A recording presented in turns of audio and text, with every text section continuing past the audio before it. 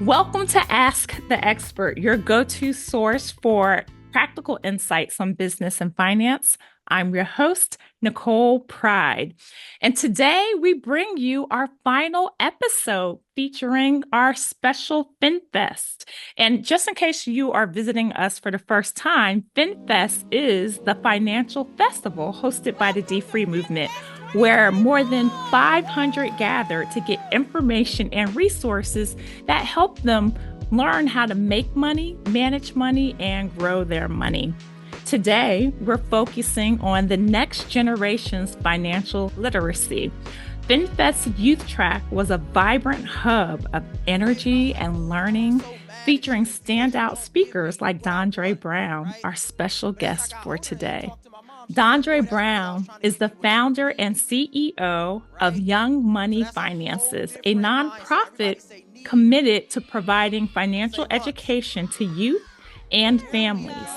Growing up in a single parent household and entering the foster care system during high school, Dondrea faced financial instability firsthand. A pivotal moment came during his junior year at Kent State University when a sociology professor mentored him, teaching him budgeting and wealth building strategies. This experience ignited his passion for financial literacy and led him to become a certified financial education instructor. Through Young Money Finances, Dondrea has developed engaging programs that have reached more than 2,000 participants across West Michigan, teaching essential money management skills like budgeting, savings, and investing. So we're super thrilled to have him with us today to share his insights and experiences. So welcome, Dondrea. Hey Nicole, how are you today? I'm great. So thank you for being here today. And like I said, we've been riding that FinFest wave since a couple of weeks ago. We've had other speakers on here, but no one focused on the youth stage. So you brought it to our young people at FinFest. Yeah, it was very exciting. My daughter and I, we came and had a lot of fun with the youth. We got them screaming, we got them energized, but more importantly, just remember some small pieces that they can take back to their households and their personal finances. But again, this is all the work that we love to do. Yeah, that's right. And your daughter, I had the pleasure of meeting her at FinFest. And how old is she? So she is 17. She is her birthday is actually coming up Christmas Eve, and she is getting ready to graduate and go off to college. So you start them out young. That's right. That's the way to do it. So she won't make some of the mistakes that I made going to going to Yeah, college. hopefully not. I mean, one of the things that I love about, educating our kids and seeing them continue to grow and learn in their financial journeys is once they start to get to that point, we can notice that behavior because we've experienced it, ourselves in those steps, and we're like, do you really want to make that decision? And or they recognize it in themselves and they're like, yeah, no, I don't want to do that. So it's been great. Yeah. And so during FinFest, where did the young people seem like they were receptive to the message talking about money and growing their money? Yeah, so the great thing about FanFest is once we finish presenting, I think we presented around like 1 or 12 o'clock. I kept seeing the students and they kept running up to me like, your presentation was awesome. Plan, prioritize, pay. Remember the things that the bite-sized lessons that we gave them. So for us, it was, a quick awareness of like I think we reached our goal of just getting them engaged with finances in a fun way. That was Mhm. our main mission. That's real cool. So again, so many people are feeling the impact today from FinFest. And so again, thank you. So now that you are here, we're going to dive a little deeper. And for those who may have missed FinFest, they're able to get some gems today and maybe share that information with their young people. But first of all, we just like to learn a little bit more about you. And so one of the things that I found inspiring is that, you did enter the foster care system and look at where you are today, which is by itself just a feat. But Can you just share about how you ended up there and how that plays into what you do today? Yeah, so I ended up in the foster care system because honestly, in my household, it wasn't the best environment um, for me to be productive. But also, there were many points and moments where affordability was an issue. Um, my mom and I, we have a great relationship to this day now. But going Mhm. back and reflecting on a lot of those moments, it was quick to understand that money was a major factor, meaning there was a lot of times, my mom worked extremely hard to provide, but one of the things that she admits that she struggled with was managing money. It was a household of six of us. So ended up in a foster care system for me was it was eye opening. First, I was in a group home, which was a different experience, but ended up in foster care with my foster dad, who he really opened my eyes to see just different populations of people that have different things. One of the things that I was able to see is what I call the have and have nots. Many families had certain things that I had, never experienced, or never seen, um, and they just enjoyed certain privileges of life that as I've grown older, I recognize was a privilege. So for me, as I've grown, I'm like, how do I position myself, my family, our generations to be able to have some similar joys? And what I mean by that is not materialistic per se, but more so that financial freedom feel. There were many Mhm. times I would go over to a family's house and they would ask to go on a trip or purchase something, and or do financial planning. This was all foreign to me. I'm sitting in Mhm. this household like, what are they talking about? What are they, what does this mean? But in college, it really started to stick as my professor helped me. But yeah, my experience in foster care really showed me that there are a lot of families that don't have certain things, don't Mhm. experience certain things, and my mission for Young Money Finances is to ensure that our youth really get a dope experience with finances and not have to have the same pitfalls and financial mistakes that I had. Yeah. And so, I think that may be eye-opening for some. Most people, when they think about maybe a child entering into the system, it could be something that's like physical violence, something really horrible. But in your case, it was finances where, your mom wasn't able to care for you all financially as she would have hoped to. And Yeah, when I was in, oh, I'm sorry, when I was in the foster home, my dad had many other kids in there. And one of the students or kids, he was in the system because his mom couldn't afford the medical costs he had cancer, mm, could not afford the medical cost. One of the things that the system did provide was, health coverage. So very similar to the direction that you were going, there are many reasons why people go into the foster care system, but we really don't talk about that financial piece. right. I was receiving a stipend. My clothes were being paid for. I even remember when I was about to age out, the caseworker came to me and said, if you stay in the system, you'll be exposed to different scholarships and grant opportunities. And again, for me, I was not thinking about it from a financial lens, and I know that many other people may not as well. So thank you for acknowledging that. Mhm. And so I think that it was interesting that you were entered into a whole new world, right? And so not just the family dynamics, but just lifestyle. So you were exposed to different ways of living that you weren't privy to before. And so how did that impact you? And how did that change the way you looked at money, moving forward? Yeah, so I was used to being told no, or I can't afford this, or just being comfortable with sharing the same clothes and shoes and all those things, because that was just how we grew up. And being in the foster care system, I'll never forget. I got my first check, and my foster dad, had taken me to a store, and he's like, "Get what you want." I'm like, I decide, what to get. He was like, yeah, this is, how much money you have. What are some of the clothes and shoes that you want? And again, it's not to say that that wasn't provided in the home, but that sense of ownership was so different Right. entering the foster care system. So for me, it really was a space and place where I started to learn a little bit about ownership. Mm-hmm. These are your items. You take care of your items. So that's one of the things that I started to develop in my own behavior of like, okay, what does ownership look like for youth? Mm-hmm. Right? We're usually like, these are my toys, I want these toys.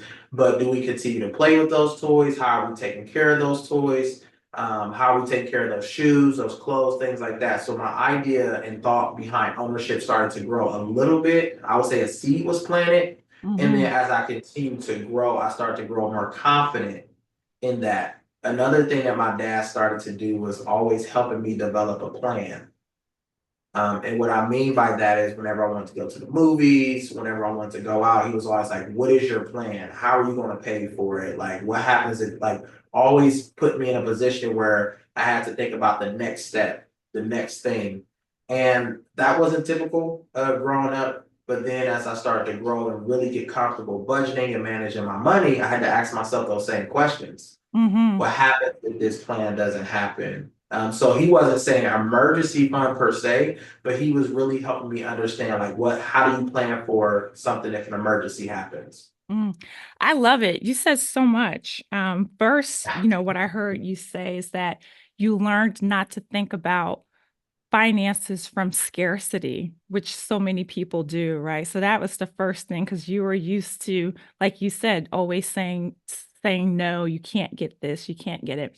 But then you also talked about stewardship. So once you started thinking about ownership, how do you take care of it? How do you manage the things that you're acquiring? So that's, I mean, you were learning some pillars, right?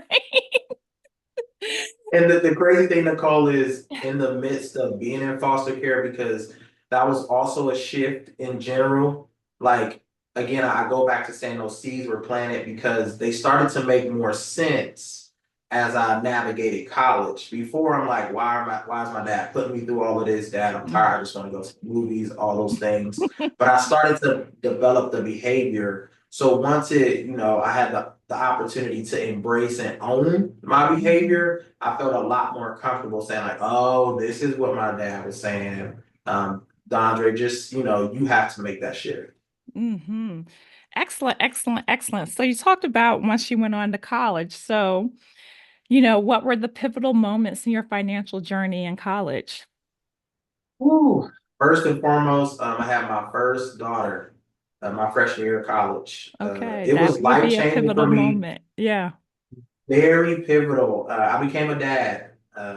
For me, I was like, yeah, growing up not having a biological dad, I could be honest to say, like, I really wanted to change the narrative behind fatherhood. So it's like, I'm going to Hmm. be the best dad I can be Yeah.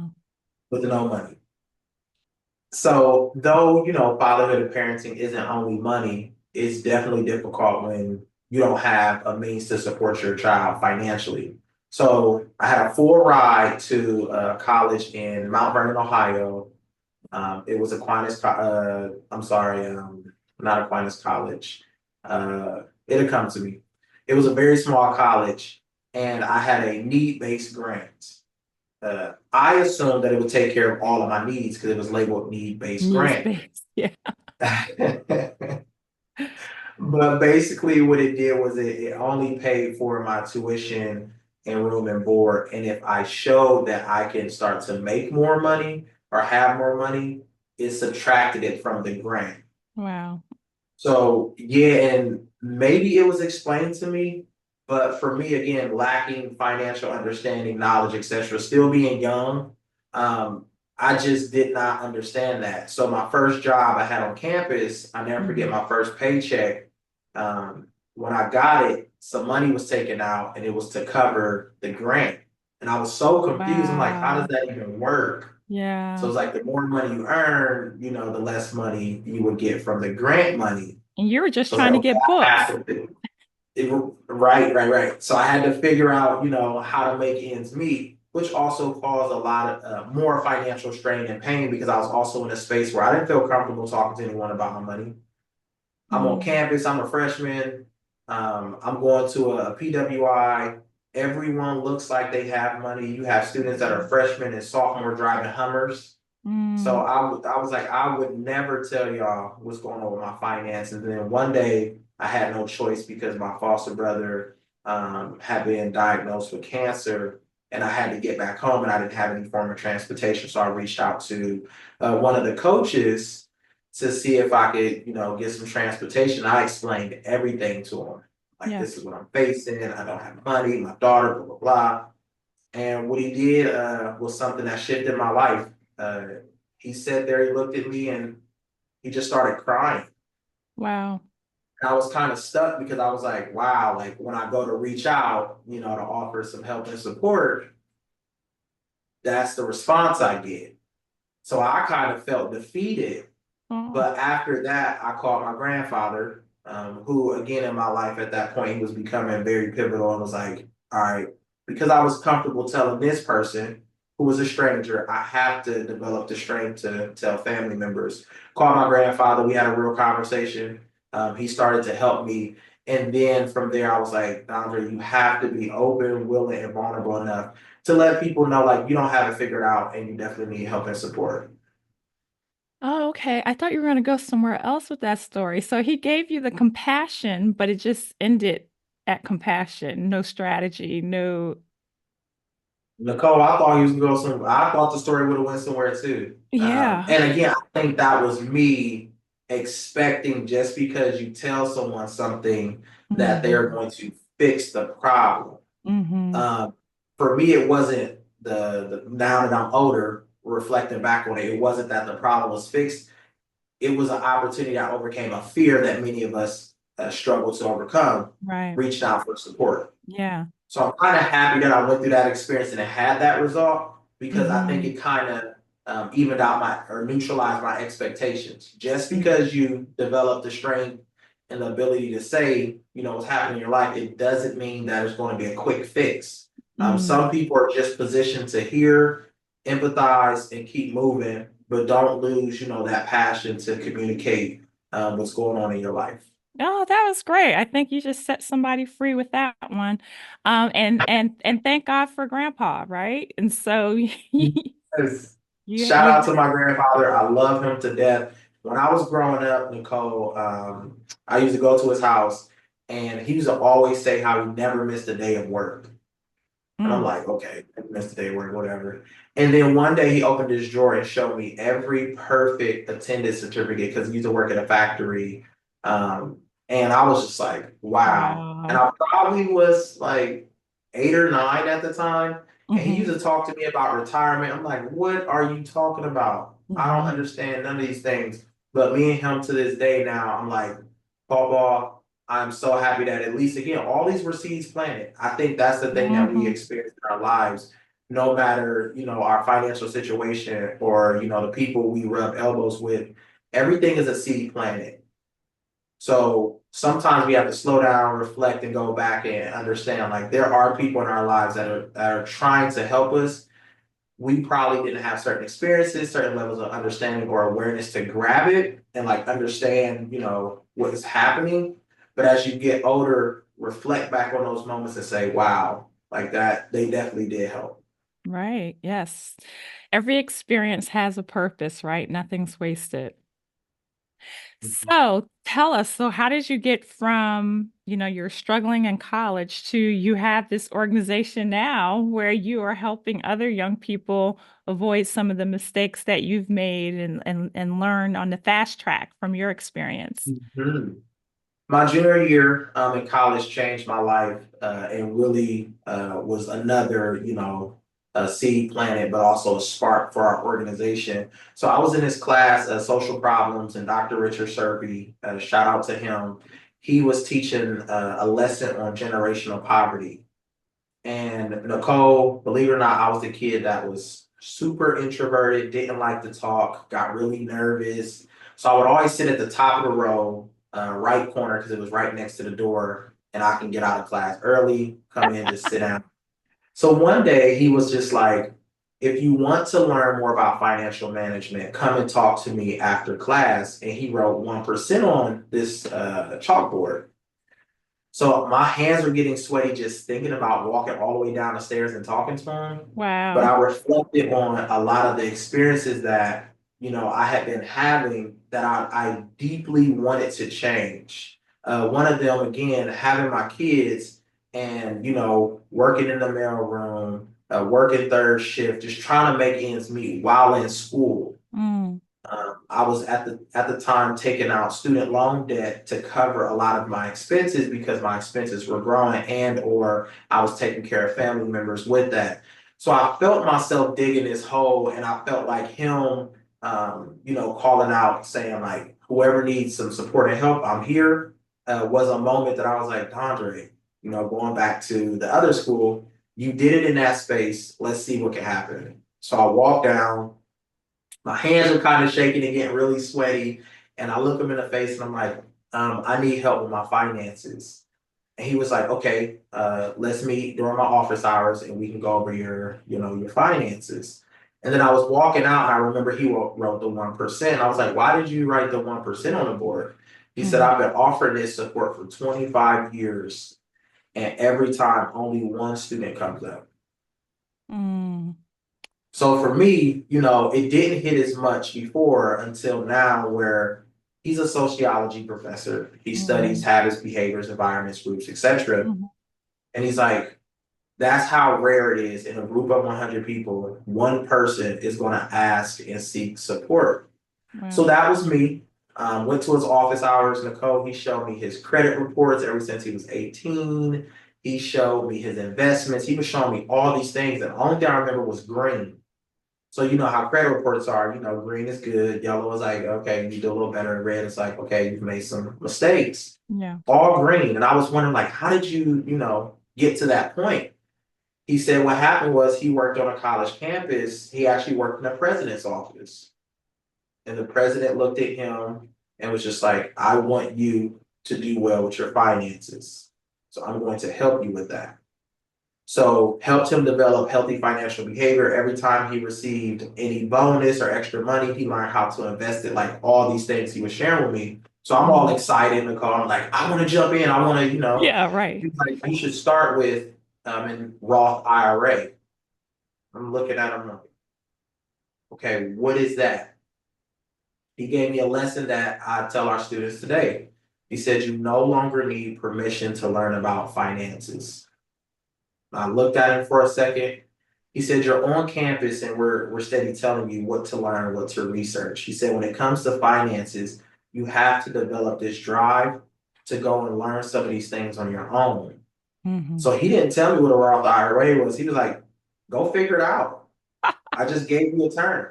So for me, it gave me that independence in learning and starting Okay. to develop things on my own. So I go out, I research what a Roth IRA is, an individual retirement account, look at the tax advantages. Again, not really understanding this stuff too much. So I go back to his office and I'm like, so how do I get started? He was like, you should always trust but verify. I'm like, okay, what do you mean? He said, have you talked to any of the brokers yet? I'm like, no. He said, never jump in and put your money in a space without talking to someone. I said, okay, what am I supposed to ask? And this is something I tell my kids all the time. It's like, Google questions to ask a broker. I'm like, okay. So I get a list of questions. I had about 10 of them. I call all these places and they're giving me all this information. I go back to the office. I'm kind of excited. I'm a little nervous, but kind of excited. I'm like, they said I Hmm. need $1,000 to start. I don't have that money. He looked at me and said, do you get refund checks? I said, oh, yes, I do. He said, why don't you take, your refund check, a portion of it, and invest it? It's like, this sounds like a great idea, Dr. Serpy. So I leave out and we receive refund checks at the top of the year. So January comes around, I get my refund check. Nicole, I got that check. It was $7,500. Wow. I spent all of it. Wait. Did not invest I was a going to say, penny. wait, you mean invest? But Yeah. but you know what? I was going to commend you because I was going to say most students when they got those refund checks, they did not invest it. So that So was that's your what I did, experience too. right? Yeah. I was supposed to talk to him right after I invested. So I go to his office hours, and Nicole, I'm faced with a decision that many of us are faced with when we make a financial mistake. Do we be honest and vulnerable about the mistake that we made? Mm-hmm. So guess what I did, Nicole? Told him the truth. Oh, good for you. Yeah, because he showed me all of his investments, showed me all his money. So we developed that relationship. So I knew he was going to say, "Okay, show me where you invested it." Mm-hmm. And I wouldn't have anything to show him. But I think the other piece that was more important was like, Dondre, at this point, you have to like leverage honesty. You have to be honest Mm-hmm. because you're never going to address the root causes of your finances unless you go down this path and this journey. So he looked me in the face and said something to me that, it hurt me at the time, but then I understood right after he explained it. He said, "That's why you'll always be broke." Mm-hmm. And I sat back and I was kind of, oh, he said, "So I offered support. You raised your hand. Out of 100 students, you was the only one to come down. I showed you everything that I've done. I showed you how I invested in the Roth IRA. I gave you all of this information. You said that you didn't have the resources to do it. I helped you develop a resource that you currently had, and you still did not invest your money." He said, "So imagine if you keep doing that every semester, every year, every decision that have money to put in, what's going to happen?" I said, "I'm not going to have any money for the Mm-hmm. future." He was like, "Exactly." He said, "At some point, it's more than just saying that you want it, it's shifting your behavior to prove that you want it." And Yes. after that, I got my next refund check. I invested in a Roth IRA, and that started my investor journey. Mm-hmm. And then from there, we'll talk more about how my kids got involved. But for me, that was it. I said that was enough. I needed to change. That's great. And so look at all of these men that were strategically placed in your life, your foster dad, your grandfather, this mentor. Excellent. And so, one of the things that you just emphasized is just how important the behavior change is, but then the behavior change starts with a mindset change, right? So you have to think differently and your thoughts will Mhm. drive your actions. So hopefully you're speaking to someone right now. I'm sure you are. So, okay, so this started your journey. And so, how does all of your experiences and all of your learnings, how has that helped you form your curriculum or your programs for Young Money Finances? Yep. So fast forward a couple years, I ended up getting a job, moving to Michigan, and getting a job at another college. And I earned my master's in curriculum instruction. So I love like putting things together. I love education. I love teaching young people. Oh, And great. I worked for a trio program, federally funded programs, and they serve first generation low income students. And one of their mandates is financial literacy. So Mm. Nicole, like I'm learning more about finances. I can write this curriculum. So I started doing research, learning more about these topics. I write up this whole curriculum, and now I'm in charge of teaching it. Can So I I just walk have in you there. pause for a second? Can you explain a little bit more about TRIO program in case there's some of our viewers and their families that could benefit from it? Yeah, so TRIO programs are federally funded programs through the Department of Education, and they provide support for first generation, low income, and students with disabilities or accommodations. Some Mm, of the common supports that they provide academic tutoring or mentoring. They also provide cultural experiences, so going on different field trips, going to different states, sometimes even different countries. Some TRIO programs, they also help you with research and earning your PhD. So I'll give you a list of a couple common TRIO programs. You have student support services, mhm. also known as SSS. Those support college students. You have Upward Bound. Upward Bound is a TRIO program. They Yeah. support your high school and I believe middle school students. But then you also have the McNair Scholars Program, and Mhm. that supports your juniors and seniors who are interested in earning their PhDs. So these are college juniors and seniors interested in earning your PhDs. I worked for the Student Support Services Program, and then I was a student in the Ronald E. McNair Scholars Program, en route to earning my PhD. Right. Okay, great. Thank you. I didn't want to gloss over that in case someone could benefit. So continue, please. Yep. So I, put this curriculum together, have all my activities and all these things. I get in a nice suit. I go to present. The students looked at me like, this is so boring. Um, Oh, oh man. Nicole, my dreams were crushed, uh, but I had this type of relationship with my students where they could provide me feedback. hmm So they looked at me and was like, first of all, Dondrea, you don't even wear suits. mm, But for me, when I was researching, people who were teaching finances, everybody has suits on. hmm So I'm thinking, you have to put your tie and all those things on. And for them, that was a quick disconnect. Turn off, Like, right? who Yeah. are you? Right? hmm You're not relatable. You used to be outside of your student. So long story short, I asked them for other pieces of feedback. hmm They said, you talk too long. It's like, oh. They said, we didn't move around. So they're like giving me all these pieces of feedback where I was like, wow, I can either be a knucklehead and say, I'm the teacher, or I can say, let me attend to your needs as a learner. So hmm I go back, rewrite our curriculum, got very personable because they wanted opportunities to talk about their financial journey and share what they're experiencing. hmm So that was again a seed planted, and that started our My Money and Me workshops. Okay. So I started providing those workshops to college students. And then in addition to college students, I started working with adults. So this is before I launched any business in the LLC. I was just so passionate about, teaching financial education. So then I started working with adults and college students, not kids yet, hmm And my daughter, Anila, she was 8 years old at the time. hmm High energy Nicole, like she will take over presentation, but in the, the best, meaning the best ways. She'll Yeah. do flips and all these other things. So we had this little agreement during each workshop. I'm like, Anila, you get your 5 minutes while I'm setting up to teach the adults or, the college students. hmm And she's like, okay, daddy. She's like looking at me and I'm like, oh, she must have some type of plan ready for today. hmm So as I'm setting up the computer and everything, she's like, this is how you budget. You have to start with your financial goal. And I'm looking over like, usually she's jumping around, flipping, yelling.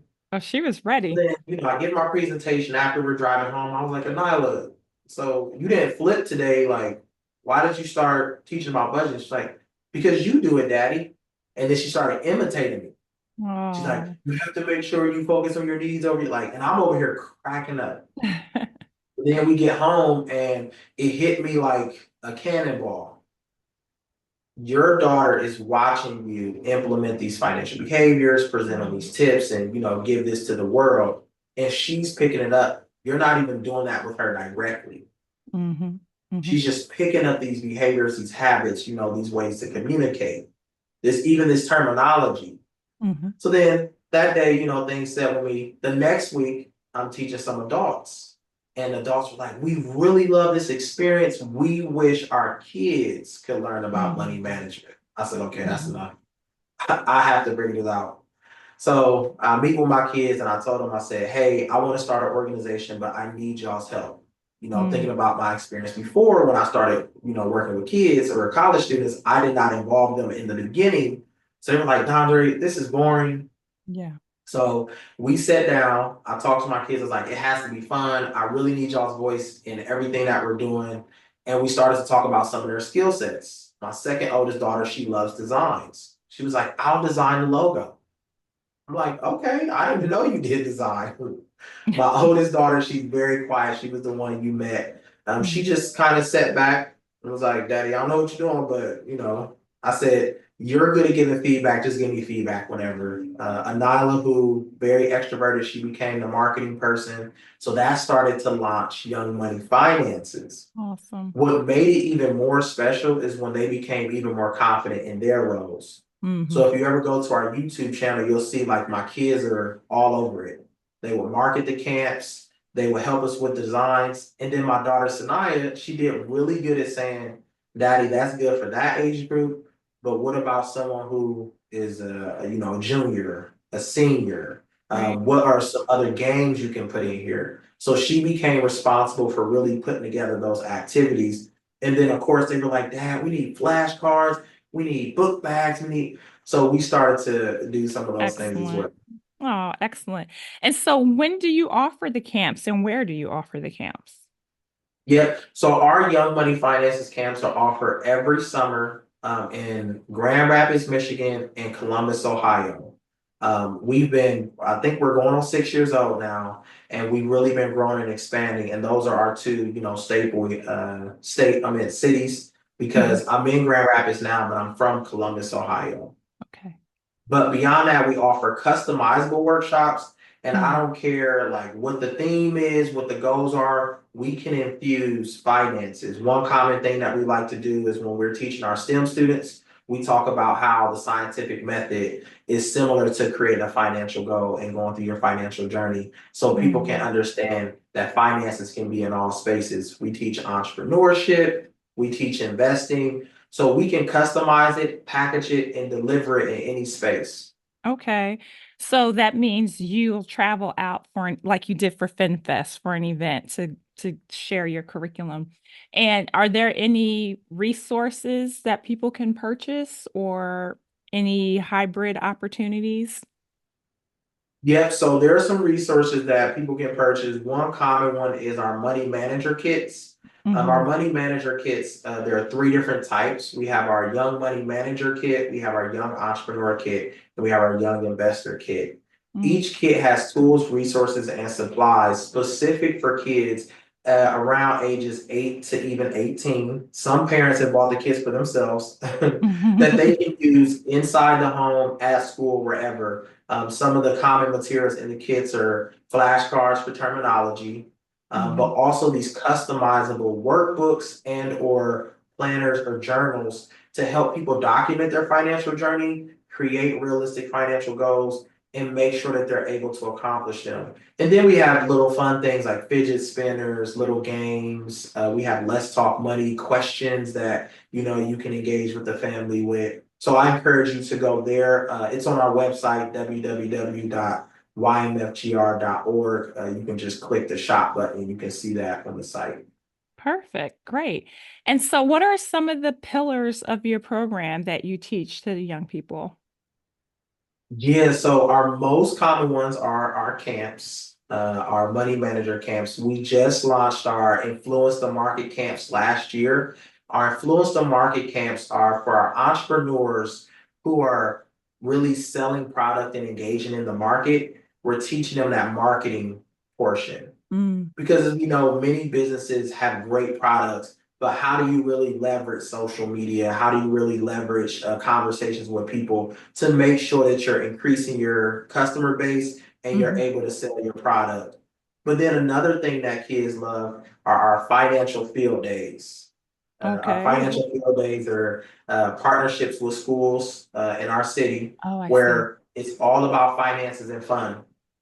We take some of our common TikTok games and we infuse finances with it. We have food trucks come. We have some banking partners come and do a lot of different giveaways. We just again want to shift the narrative behind finances. When going back to our field days, we would just jump in the sand, run, throw footballs, Yeah. things like that. We're like, let's put an educational spin on this as well, so that when students are like, man, remember that financial field day when we learned about how to plan, prioritize, pay, and create our financial goals? We really want that to become normalized for our community. That all sounds fun. And so, what do you think is the biggest misconception that young people have about finances and money that you address? Yes, one major thing is that they can become a billionaire overnight. So we have students sign up for our camps, and we're like, what is one goal that you want to, have before you leave this camp? I want to become a millionaire. Cool. Okay. All Mhm. right. For our investor camps, I want to invest in Bitcoin and just, drive a Lambo. I'm like, okay. Yeah. Yeah. Uh, because for us, we want to meet our students where they are, but we also are trying to compete against what society is pushing I in know, many yeah. different spaces because our kids are looking at it every day. So they Video. come in our camps and come through our program like we're expecting to just become rich.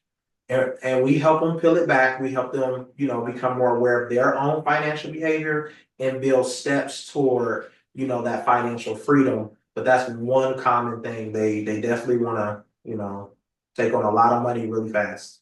I know. And it's just so prevalent around them on social media, videos. Mhm. It's a lot. So, this is so great. Thank you for sharing with us. We're so appreciative of this information and you sharing your backstory.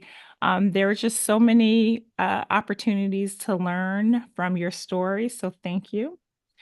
Before you go, is there one message that you want to leave to either parents or young people that you want to underscore? Yeah, so for both parents and youth, it is so important to become aware and comfortable and confident in who you are as a person. All the time I tell people money don't make you real, it exposes you. And exposure isn't always bad. Mm, So all of my experiences with money and the experiences that I still have is just exposing more about myself. Whether it's me being a giver, whether it's me being a saver or an investor, like I'm learning so much about just my financial journey and even, growing up as a child. But now, like as I've grown in my confidence, who I am, what I'm trying to do, with my financial goals, the pathway has become a lot clearer. Now, it isn't always easy, but it's definitely more clear. And then mhm, accountability partners are key. mm, If you can get you a circle of friends or one friend or a mentor that you can, trust to share some of your financial goals and things that you want to accomplish with, it can be life changing for you because that has been a staple in my life. Oh, that's excellent. I love that piece of advice. And do you have any suggestions or your own examples about the type of roles people play in your accountability circle? Yes, yes, yes. So, some major accountability partners are my kids. Okay. Um, I tell people accountability partners are more like champions and cheerleaders. They only leverage the conversation in what you say your goals are. So I'll Mm, use a quick example. One day I'm running a Target. There's a cost to convenience, so I'm about to spend a lot of unnecessary money because I'm about to be late to something. mhm, And my daughter literally looks at me and said, "Daddy, is that a need or a want? Does that align with your financial goals?" Right? mhm, So for me, it gave me that cause to pause and say, it doesn't. And mhm, that's okay. mhm, She didn't say, Daddy, you shouldn't be doing this. You're stupid. All these things where people who are in positions of accountability make us feel some type of way personally based on mhm. how they deliver the message. She Right. was just like, Daddy, you're not doing what you said you wanted to do. Mhm, And that's always important. Other financial accountability partners are some of my friends in my circle because society can put pressure on you to shift some of your behavior sometimes. So even in this mhm, current investor market, there's just a lot of pressure to buy certain things, crypto and all those pieces. And not to say that you shouldn't do that, but I had to go back to my trading plan, my financial plan, because my friends are like, hey, society's telling you to do this, but is that in your goals? Is that in your plan? Because they know my plans and my goals. So again, accountability partners are not people to always say no. They're mhm, people to say, are you doing what you want to do? And if not, mhm. how can we get you on that path? I love that. Accountability without the judgment. And but then also Mhm. what I heard you say too is that you actually have to share your plans with folks so that they can hold you accountable. So you Have to have to be share many open. financial goals. When we ask people who can hold you accountable, they're like, oh, I can do it myself. Like this is where we have to be real about our capacity and Mhm, understand sometimes we need support in different ways, and that's okay. mhm. Well, Dondre, thank you so much. This has been great. We so appreciate this. You gave us your website. Do you want to share some social media channels too? Yep, so you can find us on all forms of social media just by typing in Young Money Finances or YMFGR. I love that I can say this now. Mm, You can literally just Google us. We okay. show up everywhere. Great. Good for you. Index on Google. All right. So that's wonderful. So people, that is another episode of Ask the Expert. We look forward to seeing you same time, same place next week.